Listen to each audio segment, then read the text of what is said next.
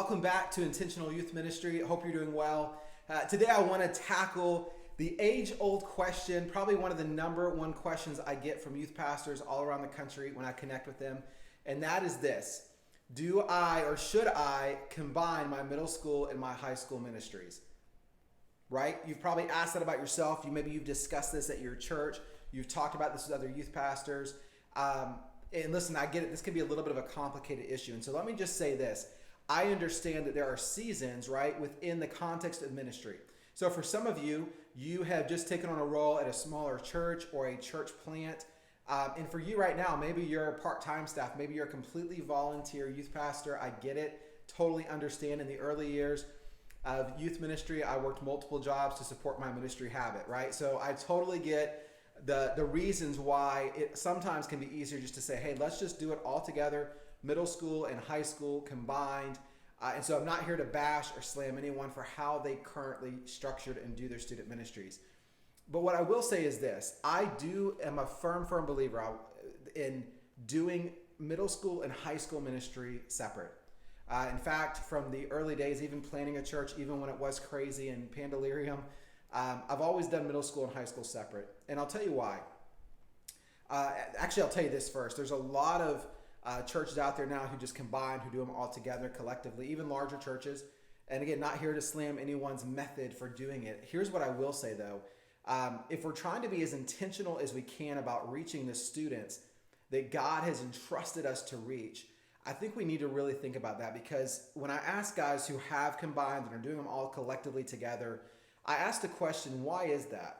And oftentimes the response I get back is, well, middle school students are dealing with a lot of the same issues now that high school students are dealing with. Fair point. Here's my rebuttal to that. While that fact is true, that middle school students are being exposed to and experiencing some of the same topics or situations or issues now that high school students are being faced with, developmentally, the way that a middle school student processes those and responds to those things is completely different than how a high school student does. And here's my concern is this: sometimes if we're not careful, we can kind of just throw them all together. And often I see this happen in church world. Really, most of us have created high school experiences. We create a high school weekly service, we create high school events, and we kind of just invite the middle school students or the junior high students to come along and be a part of what we're doing for high school students. But we've never really been that intentional with tailoring something to focus on them. And I think as a whole in the body of Christ, I think that is a miss, if I'm just being perfectly honest and transparent with you. I think we need to create intentional, separate events, experiences for middle school students and high school students. Doesn't mean everything you do has to be completely separate. I'm not saying that at all. What I am saying is if we're not intentional about creating separate experiences and teaching moments and opportunities, I think we're missing it. Plus, let me just throw this in the mix as well. I will be very honest with you. Here's what I see happen when I talk to guys who say, hey, yeah, we just combine them all, middle school, high school, so 6th through 12th grade, they're all combined into one. Let me just encourage you with something for a second. Where that can sometimes be a miss is this: that most likely if you're doing that, or if you do that, your ministry will predominantly be something like probably 8th grade through 10th grade. You'll reach the older middle school students or junior high students, and you'll reach the younger high school students. Here's why I say that. One, if I'm the parent of a 6th grade girl or even a 7th grade girl, an 11 or 12-year-old girl, I don't really want her coming and hanging out with a bunch of 17 and 18-year-old high school guys. You see what I'm saying? Like, I don't want my young daughter, who may be still innocent and pure and hasn't exposed to anything, to be hanging out with unchurched, lost high school age students. And here's why I say lost and unchurched: because we should all be trying to reach lost and unchurched students in our ministries, right? So from a parent standpoint, I see a lot of times parents are hesitant and they don't want their students to engage in that experience because they don't want them hanging out with that older group.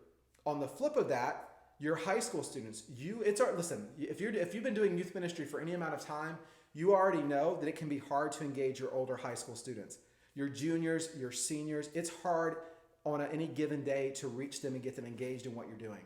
But can I just tell you, it's even harder if they come to your youth experience that you offer, and all you're offering is an experience where it's 6th through 12th grade. Because now if I'm a junior or a senior in high school, I feel like I'm there hanging out with a bunch of 11 and 12-year-olds, and most high school students aren't going to want to do that. So what happens is you start to disenfranchise your younger middle school and your older high school, and your ministry now is just somewhere in the middle of that. Again, totally okay if you're okay with just reaching that group of people, but I would just encourage you to be intentional about even maybe separating and creating different experiences that are really intentional about reaching your high school or your middle school students so that you can effectively reach the young people that God has called you to reach. Hope that encourages you guys. Hope it helps you. Again, don't want to beat anybody up, but I would just encourage you to think about, are you being super intentional with reaching the different age groups that you're entrusted with? Take care. We'll see you guys next time.